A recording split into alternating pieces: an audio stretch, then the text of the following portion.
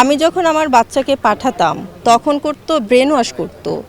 আমি সব কিছু করছি, ভরণ পোষণ দিচ্ছি, সব কিছু আমার। তার বাবা কিন্তু কিছুই দিচ্ছে না।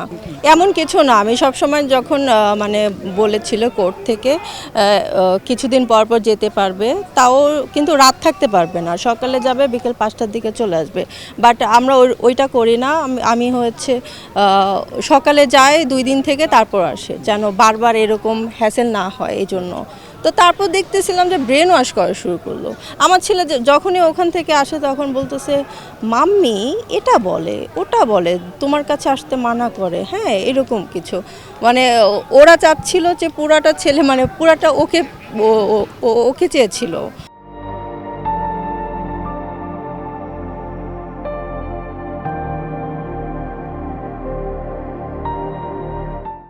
যেন ও আমার কাছে না আসে সেটা।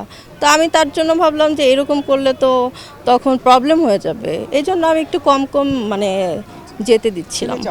আচ্ছা, ও তো ছোট মানুষ, ও তো সবাইকেই ভালোবাসে, বাবাকেও ভালোবাসে, মাকেও ভালোবাসে। তো ওই হিসেবে কিন্তু আমি দেখতে দিচ্ছি, ছেলে যাচ্ছে, দেখতেছে, ঘুরতেছে, তারপর আবার আমার কাছে চলে আসতেছে। ছেলে দুইজনকেই পছন্দ করে।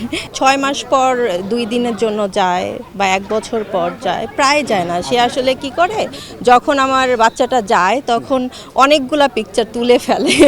অনেকগুলা পিকচার তোলার কারণে ওইটা মানে কিছুদিন পর পরেই আপলোড দিতে থাকে।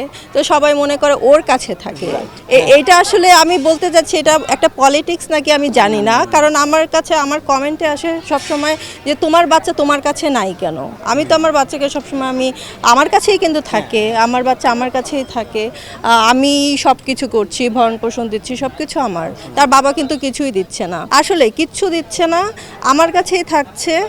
তারপরও মানুষের কেন এই কথা আমার শুনতে হচ্ছে যে কেন মানে আমার কাছে বাচ্চা থাকতেছে না, বলতেছে আমি সিঙ্গেল, আমি ঘুরে বেড়াচ্ছি। বাট আমি কিন্তু আমার বাচ্চা নিয়েও বিদেশে ঘুরতেছি।